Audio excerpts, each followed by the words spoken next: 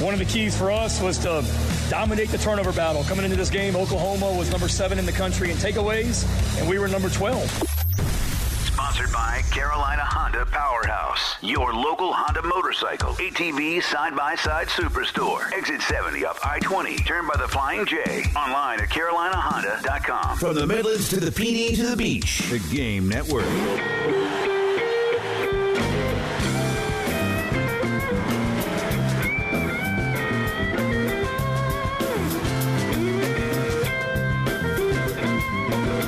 11 o'clock on your Monday morning. Welcome in Gamecock Central Takeover Hour, presented by Firehouse Subs. As your reaction Monday rolls along, of course, Carolina picking up the pretty easy victory on Saturday, 35-9 over the Oklahoma Sooners. Chris, you had a front row seat to this. What was your experience being amongst the Oklahoma faithful as they lost faith in their team pretty quickly on Saturday? It wasn't front row, but it was like 25 rows up behind the Oklahoma bench. Walk us through the first 5 minutes. What was that like? You don't want to be on the front row anyway for a football game. You can't see down there. Yeah. Much rather be on row 25. It was perfect. Shout out to my friend Julie, who lives in Dallas, Gamecock fan, and her friend Jamal, season ticket holder of Oklahoma. That's why we got those seats. So shout out to those guys. First of all, the Oklahoma fans were very gracious, very nice. I don't know if it's a former, newcomers to the SEC. Yeah, SEC's cutthroat, man. And so I don't know if, A&M, if you ever go there, the fans are like, welcome, glad you're here. And you're like, wait a minute, what's going on here? Aren't supposed to hate you? Yeah, and Oklahoma was the same way. The people were very gracious. The lady that I sat beside had, a grandson there, and she had family in Hilton Head and was talking to the guy beside. The fans are very knowledgeable. Obviously, they have a very, very rich history at Oklahoma. You walk around the stadium. It's a really nice stadium. The front, you see all the Heisman Trophy statues there. You see that they've got 7 national titles, a bunch of conference titles. It's very impressive. And, most wins since World War II for any program. Since World War II. But, yeah, I mean, it was the fans were keyed up at the beginning, and then Nicky Minori picks off the first pass. And then South Carolina scores. And then they fumble. Return for a touchdown, and then a big man 6. touchdown. Yeah, and so, the first 5 minutes, I mean, it took the wind out of the sails very much, and there was a lot of people very unhappy with the offensive coordinator, now former offensive coordinator. And so it was a great trip, great place, but, the fans stayed engaged. We were all talking about that. We felt like it was South Carolina, where even things are not going well in the game. People are staying in the stadium, they're staying engaged, but by the end, it certainly cleared out, and it was a Gamecock takeover there. Not a Gamecock Central takeover, just a Gamecock takeover. Yeah. Well, we got plenty to get to. You know how I know that? Because we didn't get a text from Tyler saying, what do you want to talk about tomorrow? That's right. So we got plenty to get to. Mondays are pretty easy. Yeah. Reaction Monday. From a content standpoint. Yeah, they are. And so, Chris, at what point? So I compared this game to, for me, it was for South Carolina, a bit of the Kentucky game. On the road, your defense just dominates. Obviously, it kind of just played out a little bit differently, but some parts of it felt similar. And then the Ole Miss game, but the opposite. And just sort of the theme of this season is if you're going to play an SEC team and you shoot yourself in the foot, you are on watch to possibly just get blown out. Yep. And, and I say shoot yourself in the foot. Obviously, South Carolina went and made those plays, but Oklahoma is probably going, we turned the football over if we don't turn the ball over. So the beginning, obviously, Ole Miss didn't just have, that onslaught of South Carolina to start the game, but just the way the early punch from Ole Miss and kind of the way the stadium felt. I obviously wasn't in the stadium at Oklahoma, but watching on TV, it kind of felt like that, but just obviously the opposite. South Carolina's playing the positive role in this case. And it just felt like, to me, in this case, it's Oklahoma jumping off sides on 4th and 5. It's Oklahoma having a nice play, and it comes back because of a penalty. It was just they were the team probably going, well, we make too many mistakes. We don't have attention to detail. And, it was good for South Carolina, obviously, to be on the positive side of that. And, I think any conversation with this game, ultimately people want to talk about the offense, but has to start with the defense and just what they did. And really, it wasn't just the 3 plays that stand out to start the game. It was a just consistent wave of pressure on whichever quarterback was in the game. We talked about, they might go back to Arnold, and they did. And I thought they might go to him a series sooner than they did. Maybe looking back, possibly should have. But I mean, it was just consistent. I don't know how you put together anything on offense when you just, the 9 sacks by 9 different players. I don't think I've ever seen that before in general. Certainly haven't seen it for South Carolina.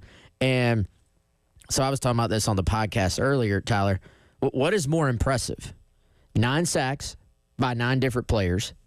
The fact that, according to PFF, you had 26 pressures and I think that was 50 dropbacks. Mm-hmm. So 26 pressures includes your 9 sacks plus 2 QB hits plus 15 additional hurries on the quarterback. Yeah. So that was one thing. They got the 9 sacks, but it easily could have been 13 sacks. It could have been even more. Or the fact that they forced 6 fumbles in the game. I don't know if I've ever – that got glossed over a little bit because we were talking about this earlier too. Oklahoma recovered 4 of them and lost 2 of them.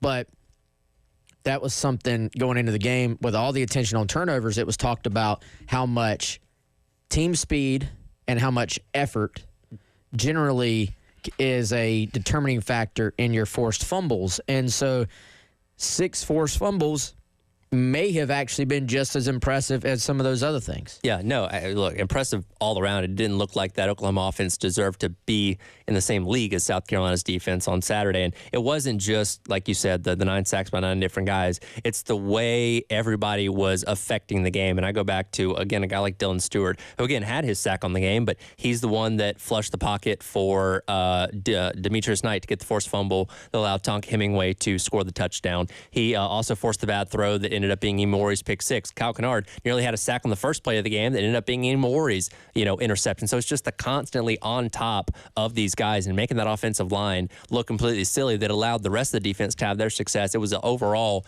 effort from everybody on the defense that led to everybody having such a great day and having that historic performance. There's that word historic that we heard so much in the offseason. Well, we saw one of those on display on Saturday with how they were able to get after both Michael Hawkins Jr. as well as Jackson Arnold.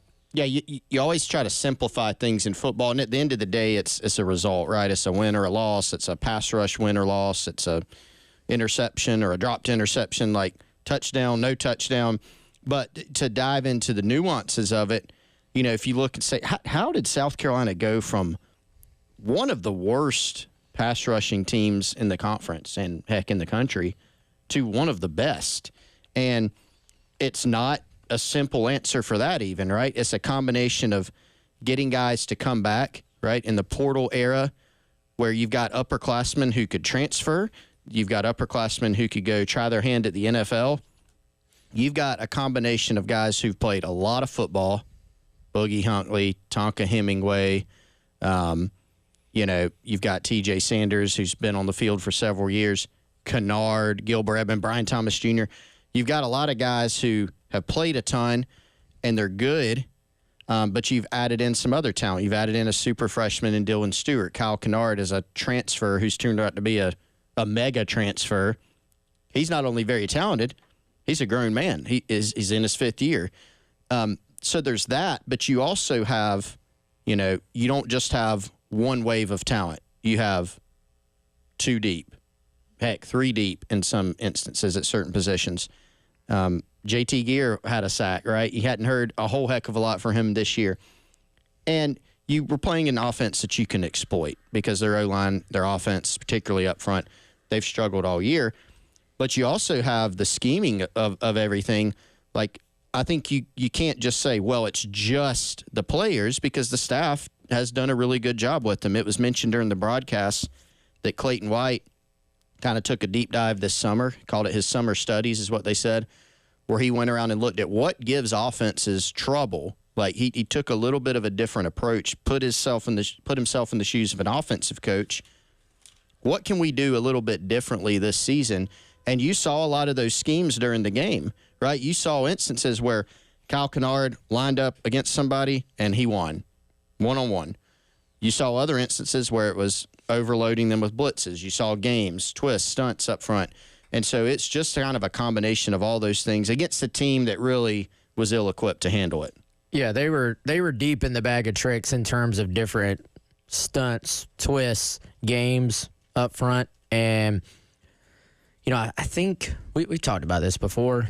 We were more talking about kind of Venables going to this game and his approach on defense and how, you know, some of those great South Carolina defenses we saw in the Spurrier kind of golden era, it was, hey, we have 4 elite pass rushers. Let's just go turn them loose and use everybody else drop back into coverage. Not that South Carolina didn't blitz. They did at times.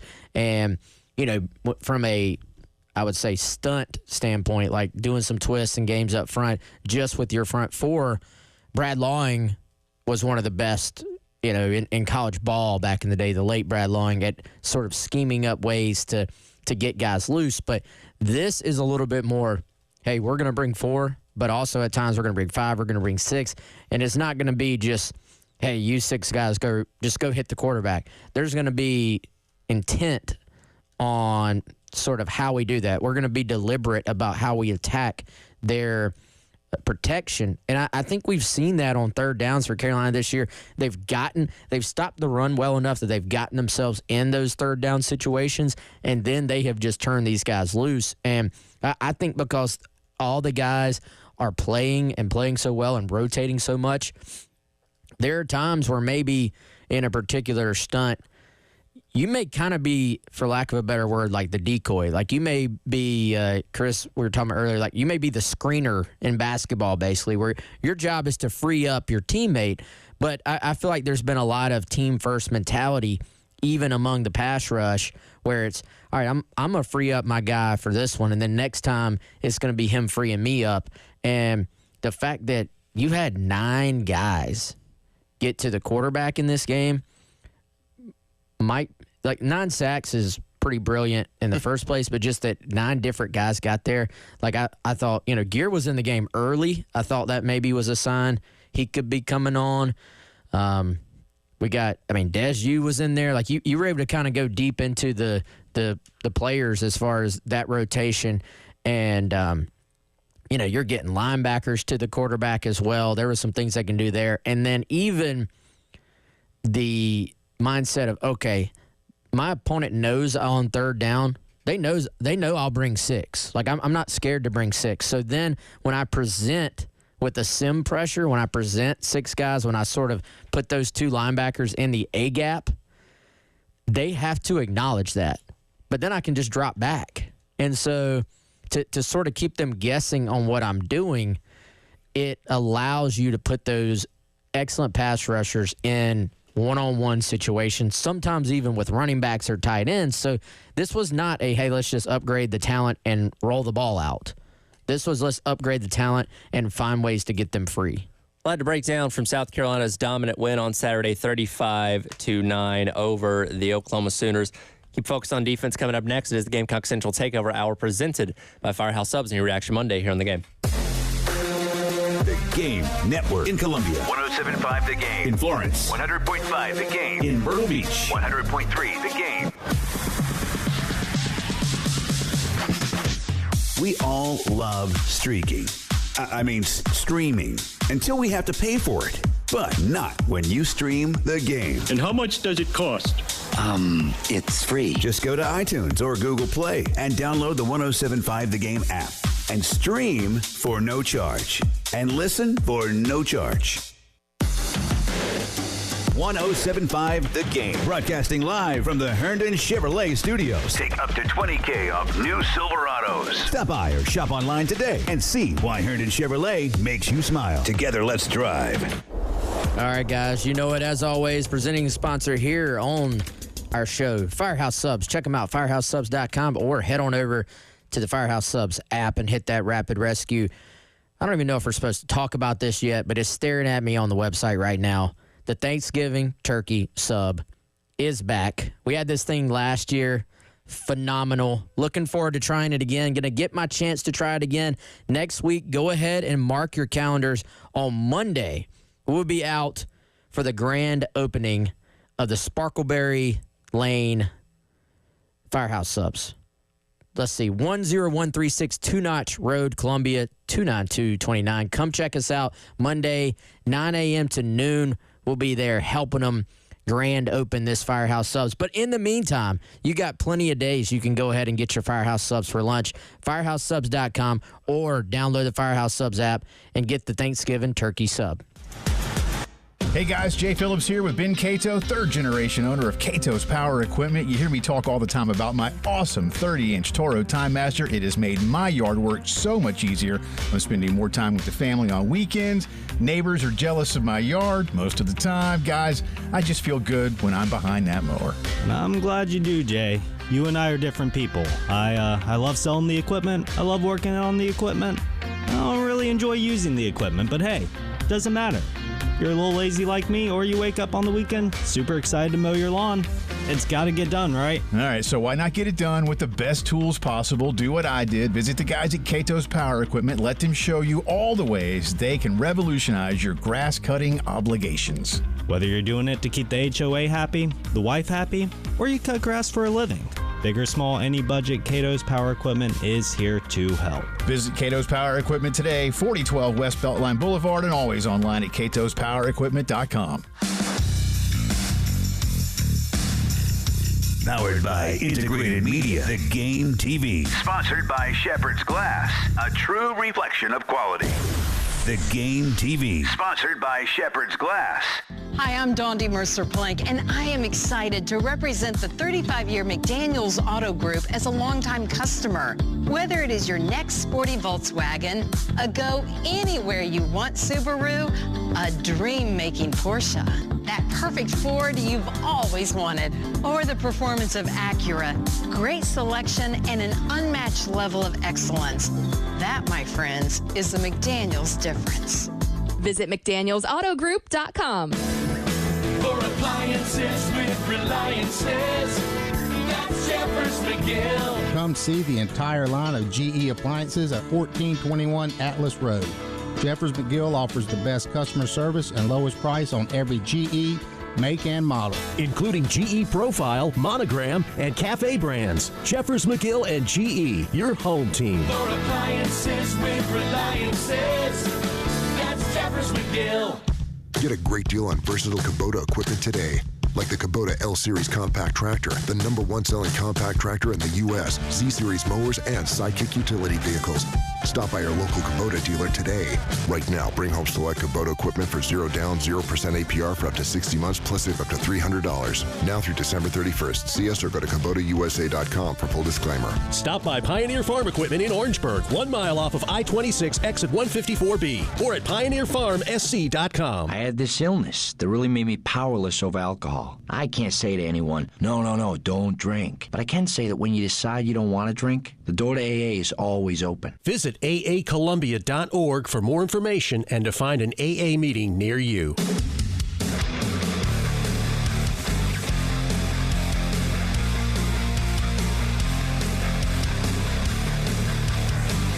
It's Reaction Monday. Sponsored by Carolina Honda Powerhouse. CarolinaHonda.com. From the Midlands to the PD to the beach. The Game Network. Freshman takes it in the pocket, gets in as he throws it into coverage again, and picked off again at the 40 of Carolina down the near sideline. That's Eman Worry towards the end zone. Are you kidding me? Touchdown Carolina. Touchdown Nick Eman Worry. Pick 6. Dylan Stewart with the pressure. Eman Worry runs it into the end zone for his second pick 6 on the season from 64 yards out. No one can believe it. It's 9:33 to go and still in the first quarter. The extra point will make it 21-0 Carolina. Welcome back in. It is the Gamecock Central Takeover Hour presented by Firehouse Subs, Tyler West and Chris On your Reaction Monday, that was the call of Nick Emanori's pick six, as he had two of those big plays there at the very beginning of the game to help South Carolina get out to that 21-0 lead. And Nicky is having quite a season so far. That was his fourth interception on the year and second pick six on the season so far, ones that stood at least up to this point. And he is definitely making a good case for himself to play at the next level and continue to climb those draft boards. I was looking back at my preseason predictions on things, and I had Nicky as defensive MVP, which that's a debate. It's a heavy debate. Like, Kennard is raising his hand, I feel like, but I feel like he's definitely in the conversation there. Some of my takes were just that they aren't playing out, but that one I was like, okay, I think. What was the worst one? Well, he could still come along because I think he had a really good day Saturday. But so far, I had Dre Jacobs being the leading receiver. I think I did that too. You remember there was all that talk about how he was coming along in practice, and it just really stepped in and had a big summer. It could still happen, though. He got one of the staff's MVPs for this past week. Do you know who's leading the team in receptions right now, by the way? Is it not Mazio? Nope. Just receptions, not yards. Is it Josh? It is Josh Simon. What's the difference? 1.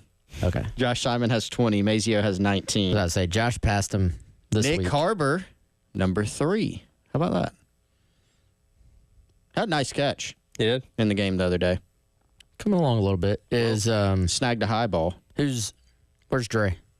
Dre Jacobs is he is tied for. I can't do the thing where you're like, he's tied for 6, when you have to drop. But he's tied for the 4th highest total with Gage Larvidan. Got 10 catches. So, yeah, he is coming along. He had a big third down conversion. He had another nice ball down the field. Yeah. What were we talking about originally? Nick Emanori, somehow. We'll get to the offense in a minute. Don't worry. We will but get Nick Emanori having another great game on Saturday in line with the great year he's had so far. He's leading the team in tackles with 49. Past 2 games, Nick Emanori has 20 total tackles. And then the 2 picks, he leads the team in interceptions with 4. He's having a really big year. Yeah. Where are we taking this, Tyler? Where do you want to take it? Wherever you want to take it. Hey, I'm teeing it up for you guys. Wherever you want to go with it. Teeing it up. Good day for the kickers? No? Yeah. Yeah. I said after the Alabama game, this gets a little bit too much into the offense, so I won't Not go yet. I won't Not go yet. there fully, We'll get but there. it was okay to see Kai Kroger on Saturday. Sure. He had a good game. Herrera, I think maybe built a little confidence, go out there, get him an easier kick. It was an interesting decision before halftime, because that would have been, a 45-yarder for Herrera? Yeah. I don't know if the line of thinking there was more, and y'all remind me if Beamer said something that I'm forgetting about it, but I don't know if it was more, we got our foot on their throat, let's go for it. It is in a little bit of the in-between range for Alex Herrera for that kick. But we were sitting there in Norman saying, you've got an opportunity. It's a low-pressure kick. Mm-hmm. You kick this 45-yarder. If you sail it wide, whatever. You don't need it to win the football game. But at the same time, earlier you gave him an opportunity to make a low-leverage, easier kick, made it. And there, that play was wide open, by the way. Oh, yeah, but they just had a little bit of pressure, and Brady Hunt couldn't quite get back to it. So, but yeah, good day for the kickers for sure. I thought going back to the secondary, Nick Emanori played very well. But, and look, Oklahoma, offensively, they're a mess. It was still an impressive performance, even given that. Carolina played all but about 9 snaps without O.D. Fortune. O.D. Fortune started the game, so we saw David Spalding at corner. He's normally been a nickel safety for South Carolina. Came in, played a bunch of snaps at corner. Thought held up pretty well. Judge Collier, Vicari Swain, got some runs. So it was just a really good day. You can't look at any part of the defense and say, that was kind of concerning. They had the one explosive play. That was about it. They put together the one drive when I think they were down 21-0, got into the red zone. Beamer called timeout. They regrouped.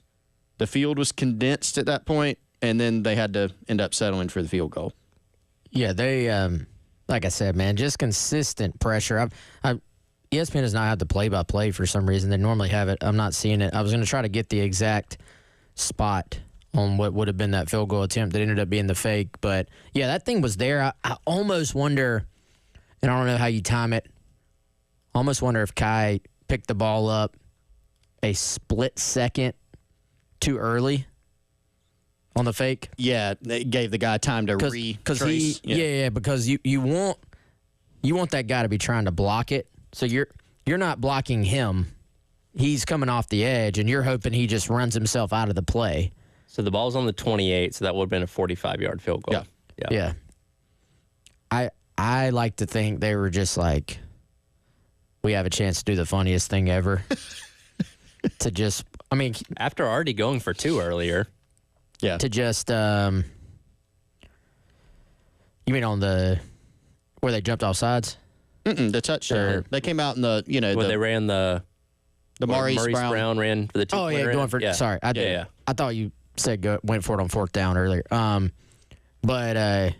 If they hit that, then it's just, you can put everybody in the second half. Sure. Like I told Chris, I felt like it was a game where South Carolina was in control, and you were just going, we'll get into this with the offense, but you were just going, as long as they don't do anything ridiculous, they're going to win the game. But it just wasn't quite teetered into that, just put everybody, put all the backups in. Like if you score at the end of the half, or if you score on that first nice drive to start the second half, you're just going, put all the backups in, let everybody play. But it just was teetering right on where you're like, can Oklahoma get anything going? Can they create a big play themselves on defense? But I just, for the most part, other than the bust in the third quarter, the defense just kept playing. It was almost like they had taken it personally, how much talk there was about how good Oklahoma's defense was. That's something Beamer even talked about, is he harped all week long on how hard Oklahoma's defense plays. Well, dude, this South Carolina defense, they're not just fast. They rally to the football. They play as hard as any you've ever seen. They get multiple guys to the ball. It's not a lot of one-on-one tackles. It's, hey, you're there, but you've got a teammate on the way. Rally to the ball. And it really has played out exactly the way, how preseason, there's always chatter and talk, but you never quite know what it's going to look like when you play other teams and opponents. It's like, I wrote this morning, Demetrius Knight. We heard so much praise about this guy as a player and a person coming in. So I feel like you could pretty safely say, hey, Demetrius Knight's going to make a quality impact on this team. But you're going, to what extent? What does that mean? Does that mean he's just like a rotational guy at linebacker? Does that mean he's all SEC, somewhere in between? I mean, I thought, and obviously I haven't seen all of his prior games, I thought that was the best game of his career to this point, at least at South Carolina.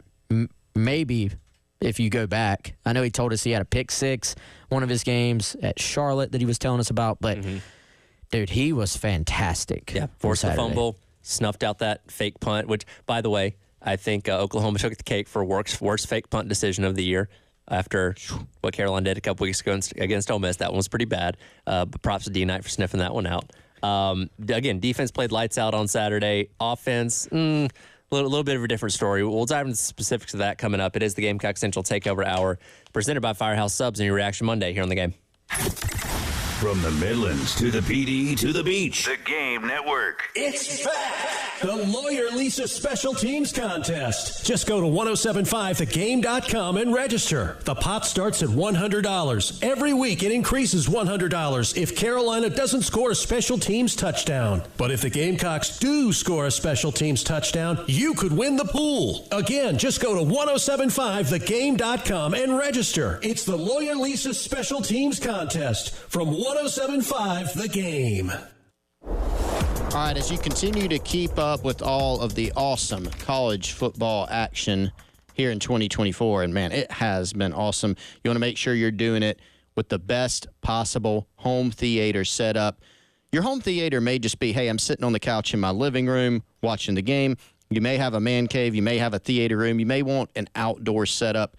No matter if you have something that you want to improve, if you don't have anything at all, give our guys Michael and Nathan at Integrated Media a call at 803-948-8327, or you can go check out their website at Integrated Media Inc. That's INC, integratedmediainc.com. See some examples of their past work on Instagram and Facebook, Integrated Media Columbia. They've been to my home. They've been to Wes's home. They can outfit you from everything to just a new TV, mount it, Sonos wireless speakers, sound bar, great internet to make sure you're not buffering, to a complete smart home system, integratedmediainc.com. This is the story of the one. As a facility technician installing a new welding station, he knows getting the ventilation right is critical for safety. That's why when questions arise, there's Grainger. Grainger offers detailed technical product information online at his fingertips, so it's easy to find what he needs. Because when it comes to safety, having answers means he and his people can breathe a little easier. Call, click Grainger.com, or just stop by. Grainger, for the ones who get it done. What's that sound? That's the sound of Downy Unstoppable scent beads going into your washing machine and giving your clothes freshness that lasts all day long. There it is again. It's like music to your ears, or more like music to your nose. That freshness is irresistible. Let's get a Downy Unstoppables bottle shake. And now a sniff solo. Nice. With Downy Unstoppables, you just toss, wash, wow, for all-day freshness.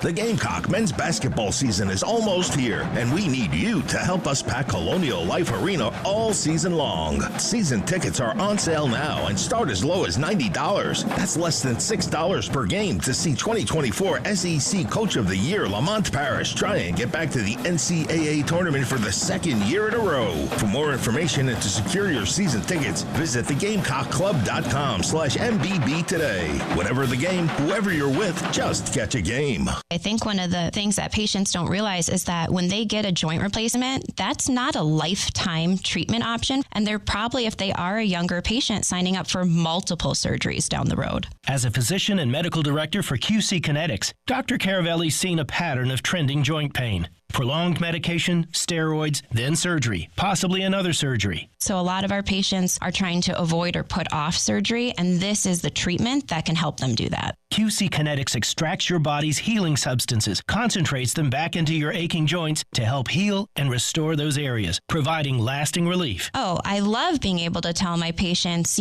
before we do this surgery, let's try another option. Let's see if this is right for you, because now they might not have to have surgery at all. Call today for your free consultation. Call QC Kinetics, 803-281-6860. That's 803-281-6860. 803-281-6860.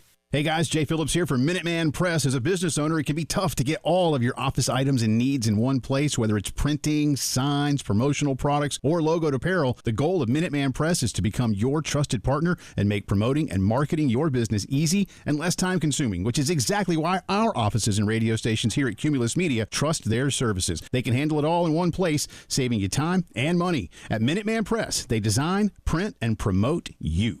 Learn more at mmpcolumbia.com. Kickstart your day at 9 a.m. with your Carolina Pick-Me-Up. Sponsored by South Carolina's largest injury law firm, George Sink Injury Lawyers. If you're injured, call all nines today. Get George Sink Law Firm on the line. Call 999-999.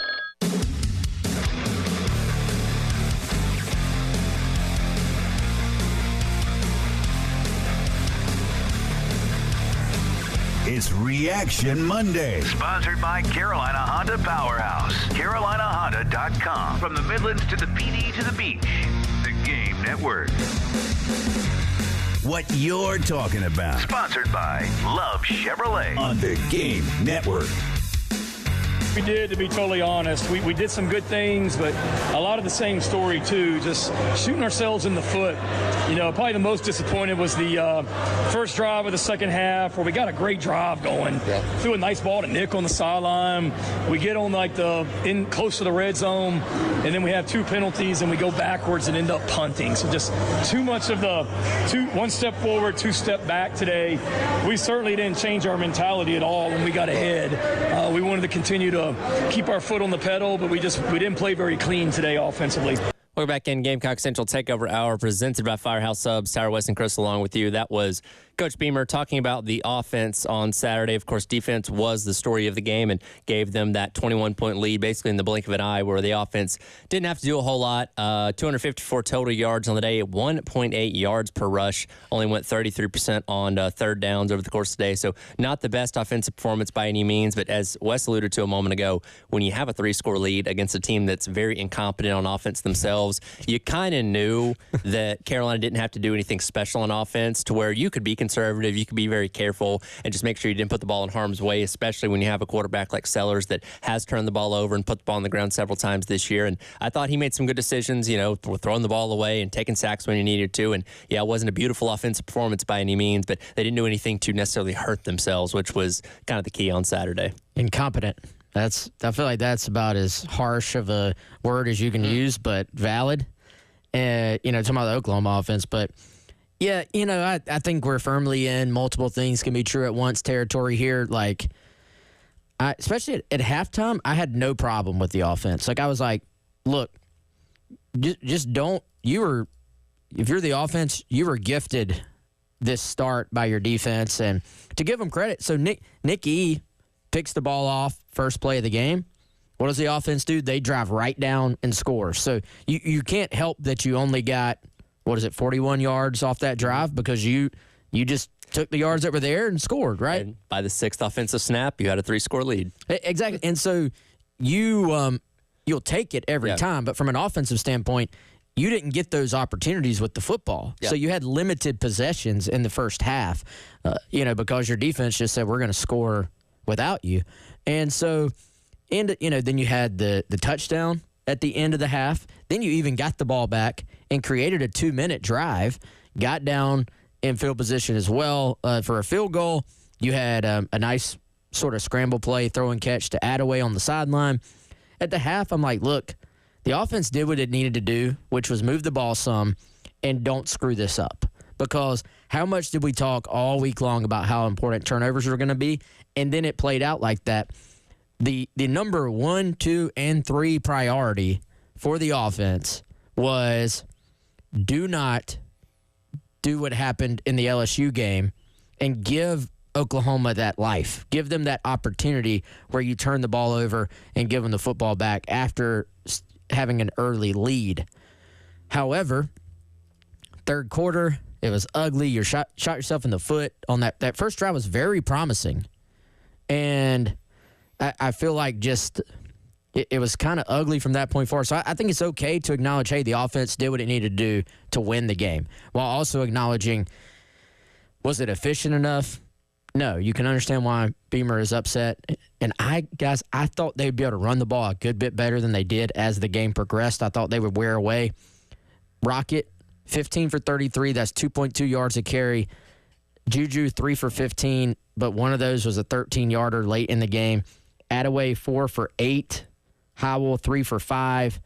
Really the only time, Chris, that you had anything in the running game was some Sellers scramble plays, maybe a Sellers designed run here or there, but for the most part, they shut down the traditional running game of South Carolina. That, to me, was probably, I would say, on the offensive side, the most frustrating part. So a quick question before I give some deeper thoughts. Did you get the sense, because I didn't really chart this, in my head, I felt like South Carolina didn't do a lot of zone read, if any, in this game? Did you come away with the same? You mean it's just inside zone handoff instead of, I don't know. I guess we can't be sure, right? I wasn't really looking for, you can never be sure, but I feel like you can go back and try to see. And so live after the game, that was my impression. And then watching back, I was like, I don't really think, that would make sense as an adjustment. Let's not risk putting the ball on the ground. Mm-hmm. Whether it's because of the issues you had in the past. Remember, Beamer was like, we're going back looking at how we coached that, et cetera. So it might have been they looked at it and said, let's not do that quite as much if we can get away with it. Especially in this game. And now you're in the game, and that if it was already part of your plan, let's not run that as much. Now you're like, let's definitely not risk having a muffed exchange here, right? So I do think I agree with you, Wes. You can look at the whole picture. Shane Beamer said the second half, hey, we had 69 yards. He called it ridiculous. He was not happy with it. Fine to not be happy with it. Even recognizing this is a really good Oklahoma defense, do you want to be able to run the ball better, hit some more plays? They missed a couple big plays. Gage Larvidan had the ball. It would have been a really good catch. That went off his hands on the fourth down free play. Michael Smith dropped what would have probably been a touchdown on a Lenore Sellers scramble. It might be a different conversation in that instance. You'd at least have more yards for sure. You'd probably have more points. You'd probably have a touchdown there. But early on, like, the offense did what you needed. And the biggest thing, guys, is how much conversation was there about how many turnovers South Carolina's had lately? And Lenore Sellers being, frankly, a big part of that. A lot of the turnovers were on him with the fumbles. You go from 4 in the last game to none. And look at your other SEC games. Kentucky, you had 1, you won. And we're fortunate to just have 1. The others, you had 3 against LSU. Yeah. 3 against LSU. You had 2 against Ole Miss. You had 4 against Bama. You have 0 in this game. Celebrate that. Yeah. I'm not saying that will be the case the rest of the year. That was a huge improvement, and that was the biggest improvement you needed to make on offense. Pro Football Focus charts turnover-worthy plays when it comes to passing, basically balls that are put in harm's way that could be intercepted or something like that, even if they aren't. That was the first game for Sellers since the ODU game where he did not have a turnover-worthy play through the air on Saturday. Now, he did have one. He had one early. It was either in the first or second quarter. They didn't chart it, right? But he rolled out, and he threw, and it went through the guy. It should have been picked, right? But that their was charting the is, yeah. I mean, they're not the end all be all, but it's something worth referencing that according to them, that was the first game since the first one where he didn't have a turnover worthy play. If you go back through the game, though, indeed, like there were not many plays with the exception of that one. Now you could not play conservative, but you could be more careful, so that weighed into it. But that's what you needed from Sellers. Do y'all think there was some semantics involved in how Beamer answered those questions about? So he said we didn't want to change our mindset. Mm-hmm. Okay, that means you're not going to you're not going out there and saying, "Hey, we're going to play not to lose." But also, I mean, there's like a 3rd and 8 where they run speed option. Like, don't y'all think there were probably times where they're going, "All right, let's not let this be the down that we give them the ball back by getting our quarterback hit from the blind side and fumble like in the LSU game." Like, I think they're they did keep throwing the ball. Like, I'm not saying they went Lou Holtz, we're just gonna 3 yards and punt. But also, I mean, if you have that big of a lead, you'd be silly not to adjust what you do a little bit, right? Right. No? No, 100%. Yeah, I mean, and South Carolina still, they still tried to throw it's not like they came out and did the equivalent of kneeling the ball, right? But you don't have to play from behind. You don't have to say, oh, God. Like you pointed out one earlier, Wes, you got a 3rd and 8. We got to go get this. We got to keep this drive going. No, you run speed option. If you get it, cool. If not, punt the ball. Not a bad thing to have Kai Kroger out there punting more. You would take 6 3 and outs, which is what they had in the game. 2 of them were in the fourth quarter. You would take that, and then on other drives, moving the ball a little bit so you can flip the field over 3 punts and 3 turnovers all day long for this team. Yeah. Come back and wrap up today's edition of the Gamecock Central Takeover Hour presented by Firehouse Subs. Appreciate everyone checking us out on the Game TV, sponsored by our friends at Shepherd's Glass and powered by Integrated Media. Of course, you can check us out on the 1075 The Game app as always as well. I have a text here on the Firehouse Subs text line that I want to get to wrap up the show because what a difference a year makes. I'll tell you what that is coming up next. Gamecock Central Takeover Hour presented by Firehouse Subs here on the Game. 107.5 The Game. In Columbia. 100.5 The Game. In Florence. 100.3 The Game. In Myrtle Beach. The Game Network. Powered by Integrated Media. The Game TV. Sponsored by Shepherd's Glass, a true reflection of quality. The Game TV. This is Maggie Gray with a Sports Minute. Looks like Mike Tomlin was right. The Steelers coach faced a wave of criticism when he announced Justin Fields would be benched for Russell Wilson.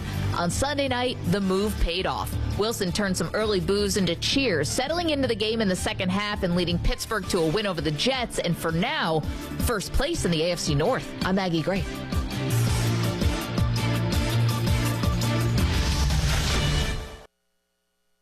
It's football season, and now you can get anything you need for game day delivered with Uber Eats. Well, almost anything. You can't get a running back, but baby back ribs? Yes. Uber Eats, official on-demand food delivery partner of the NFL.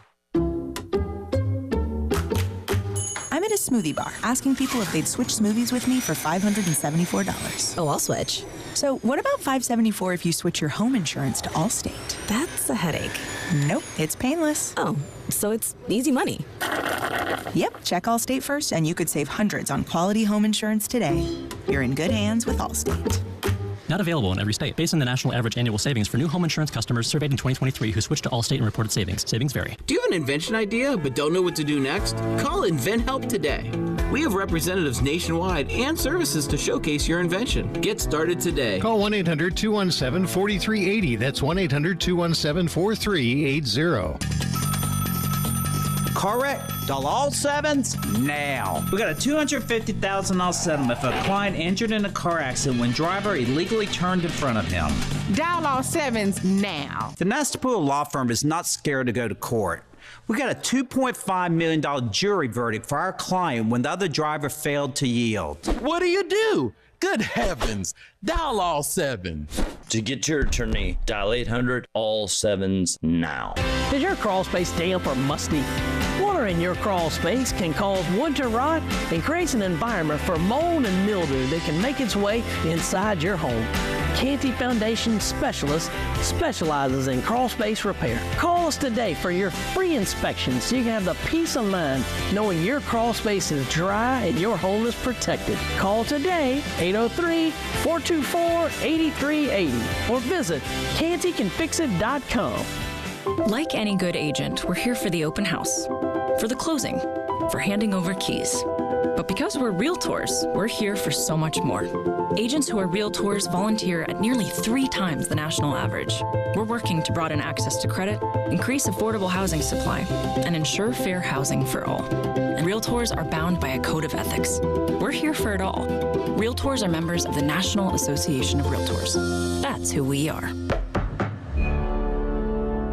As a mom, comforting my family is what I do best. Vicks Vapor Stick provides soothing, non-medicated Vicks vapors in an easy-to-apply stick, and it dries fast, so there's no mess. I use it to comfort myself and my family.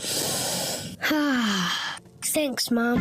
Vicks Vapo Stick. Soothing comfort for the whole family. And when you need more comfort for yourself, try Vicks Vapo Shower Max for steamy Vicks Vapors. Use as directed. Vapo Stick for use ages 4 and up. Vapo Shower Max used for adults only.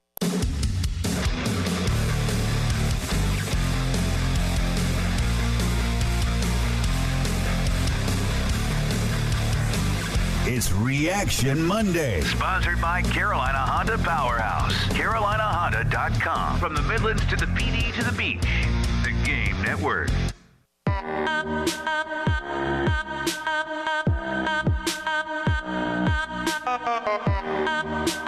13 minutes to go in the ball game. Carolina up 32-9, 4th down and 9. The ball on the 25-yard line. Oklahoma going for it.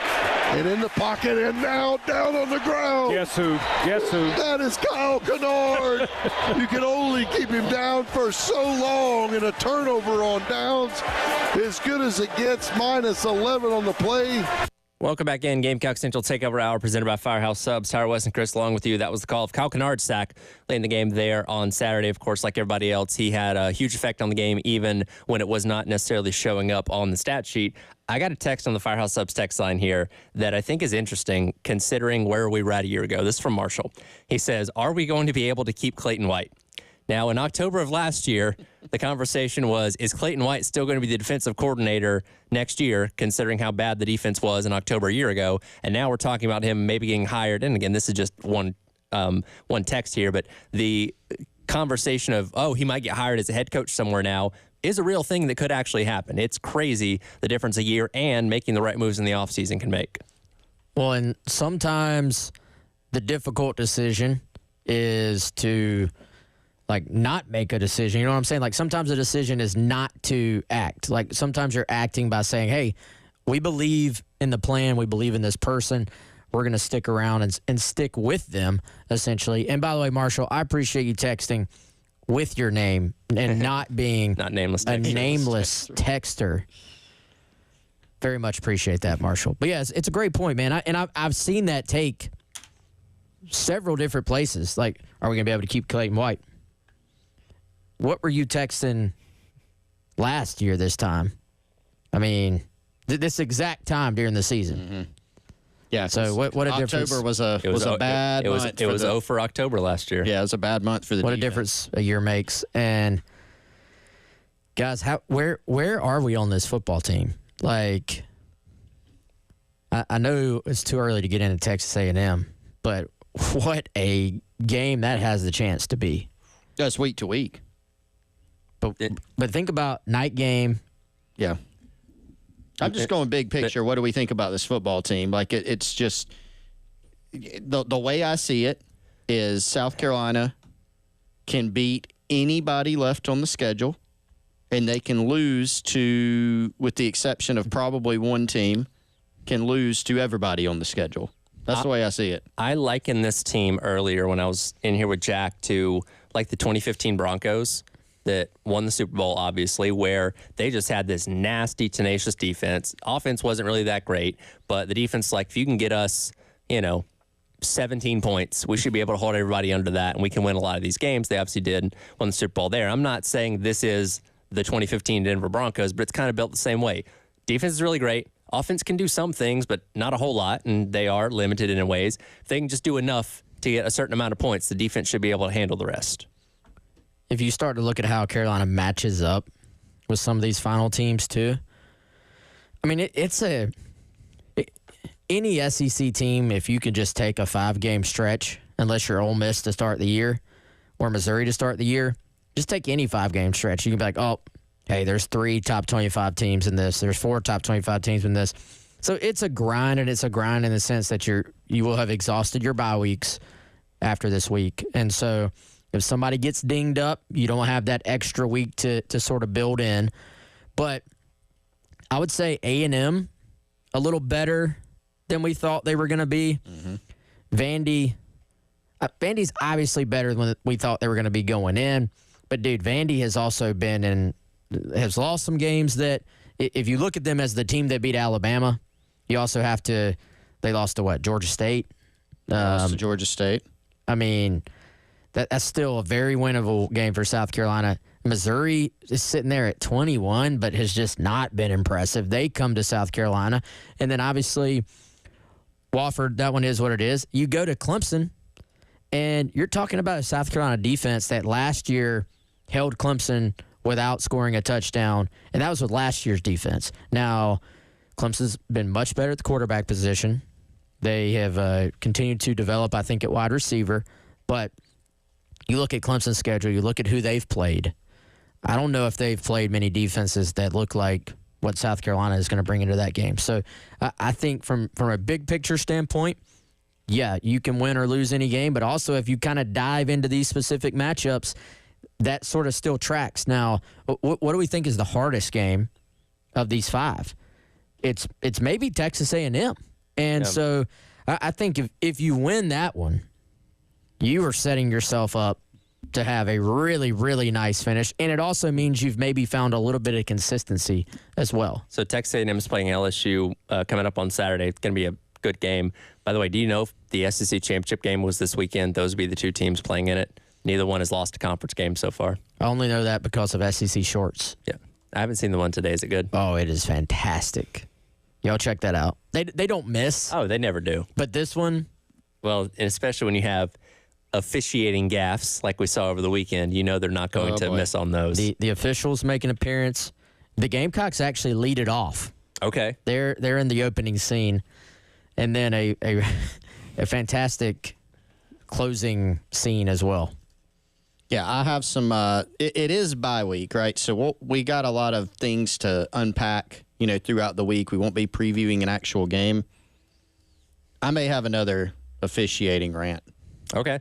I had one earlier. So. Did you? Yeah, I did. I'll have to go back and listen. That's pretty good. 10:15. Go back and listen. Okay, I'll check it out. All right, that'll do it for the Gamecock Central Takeover Hour presented by Firehouse Subs. Coming up next, halftime show with myself, Terry Ford, as Reaction Monday rolls along. Give us a call, 803-404-6100. Hit us up with the Firehouse Subs text line, same number, here on your Monday on the Game.